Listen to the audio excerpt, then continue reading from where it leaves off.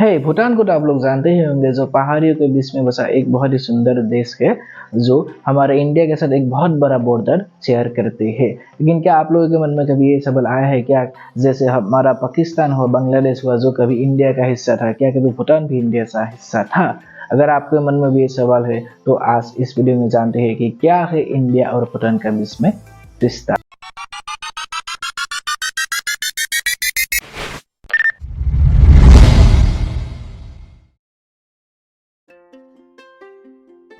नमस्कार दोस्तों, मेरा नाम है मृगन और आप लोग देख रहे हैं तारीख इतिहास का। और आज तारीख है 8 अगस्त और 8 अगस्त को ही वो ऐतिहासिक दिन रहा जब भूटान और इंडिया के बीच में एक संधि हुआ जिसका नाम था ट्रीटी ऑफ फ्रेंडशिप, मतलब बंधुत्व का संधि। और इस संधि के तहत ही भूटान और इंडिया के बीच में आज का रिलेशन है वो चल रहा है।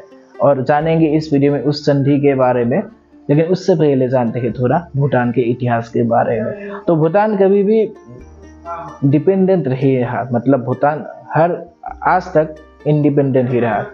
किसी के अंदर कभी नहीं है, किसी राजा के अंदर कभी नहीं है। कभी तिब्बत वालों ने, चीन वालों ने भूटान को अपने कब्जे में लेने की कोशिश की, लेकिन भूटान का जो योद्धा है वो कभी उन लोगों का जो वो उद्देश्य था उसको कभी सक्सेस नहीं होने दिया। उसका एक बहुत बड़ा रीजन है, पहले तो भूटान एक पहाड़ी इलाका है, दूसरा रीजन है कि भूटान के जो लड़के होते हैं वो धनुर्विद्या विद्या में बहुत ही निपुण थे। इसलिए आज भी भूटान का जो नेशनल गेम है वो है 200 मीटर का जो हमारा आर्चरी गेम है वो है। तो भूटान के लोग इस गेम को बहुत सारा प्यार करते हैं। और अभी इतिहास में थोड़ा पीछे चले जाए तो क्या होगा, 1910 की बात है जब इंडिया पर पूरी तरह से ब्रिटिश वालों ने राज कर चुके थे। अभी जो ब्रिटिश का नजर था वो था तिब्बत पर वो बिजनेस करना चाहते हैं, जिसके लिए उन्होंने भूटान का रास्ता चुना। तो जब ब्रिटिश वाले भूटान पर खुश है तो भूटान का जो लड़का है वो लोग, जो ब्रिटिश का जो सैन्य दल था, सारे सैन्य को मार डाले और एक आदमी को बंदी बना ले। बंदी बनाने का रीजन था ये कि जो उन लोगों ने कैसे सोच लिया कि वो लोग कभी भूटान पर भी वो शासन कर सकेंगे, तो इसलिए उन्होंने उसको बंदी बना लिया। जब ये बात अंग्रेजों को वालों को पता चले तो उन लोग बहुत ही खफा हुए और ये बात सोचने लगे कि हम तो कभी भूटान पर राज करना नहीं चाहते थे, हम तो सिर्फ बिजनेस करना चाहते हैं। तो ब्रिटिश वालों ने एक वहाँ पर एक रास्ता निकाला। वो क्या था, वो सिक्किम के तरफ से जाना चाहते हैं बिजनेस करने के लिए तिब्बत पर उसके लिए भी उन्होंने बहुत सारा पैसा, बहुत एक मोटा पैसा लेकर भूटान के साथ इस चुक्ति कर लेके हमारा जो सैन्य दल या फिर जो ऑफिसर वगैरह जो यहाँ से इस तरफ से जाएगा उनको कभी कोई नुकसान नहीं पहुंचाएगा, ऐसा जो उस समय का भूटान का राजा था उसके साथ एक संधि बना लिया। ये संधि इसलिए बनाया कि भूटान जो एक पहाड़ी इलाका है, बहुत सारे जो लोग है वो जंगलों में रहते हैं, तो कभी उन लोग के हाथ आएगा तो मार भी सकता है कि हर किसी के पास वो जो है ना वो आर्चरी होता था। तो ये संधि बना लिया कर राजा के आश्वासन लिया कि कभी कोई भी ब्रिटिश सेना या अफसर को वो लोग नहीं मारेंगे। तो ब्रिटिश वालों ने भी कभी भूटान पर राज नहीं कर सके। तो इसके बाद आते और इतिहास में थोड़ा पीछे चले जाए तो अब जब इंडिया आज़ाद हो गया, इंडिया आज़ाद होने के बाद तब भी भूटान जो है ना वो इंडिपेंडेंट ही था, पहले से इंडिपेंडेंट। और अभी हम जानने की कोशिश करते हैं वो संधि के बारे में जिसको बोलता है ट्रीटी ऑफ फ्रेंडशिप।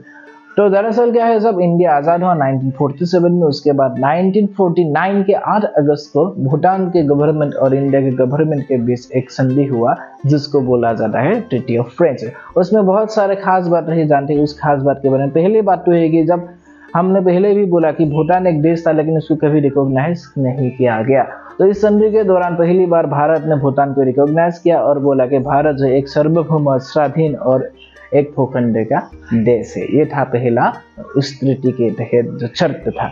उसके बाद दूसरा क्या था कि जो भूटान को इंडिया जो साइंस और टेक्नोलॉजी की तरफ आगे ले जाने की कोशिश करेंगे उस संधि के तहत, ताकि भूटान भी डेवलप किया कर सके। और तो उसके बाद तीसरा था जो था राष्ट्रीय चिकित्सा संप्रसारण।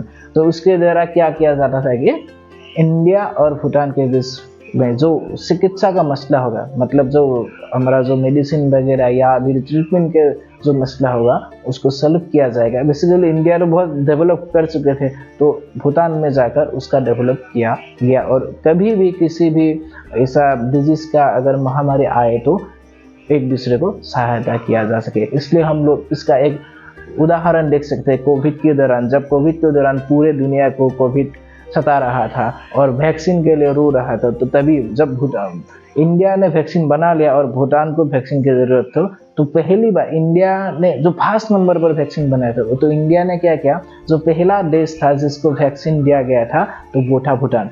लगभग 5 लाख के करीब जो कोविशील्ड वैक्सीन है वो इंडिया के द्वारा भूटान को दिया गया था और वो पहला देश था जिसको वो दिया गया था।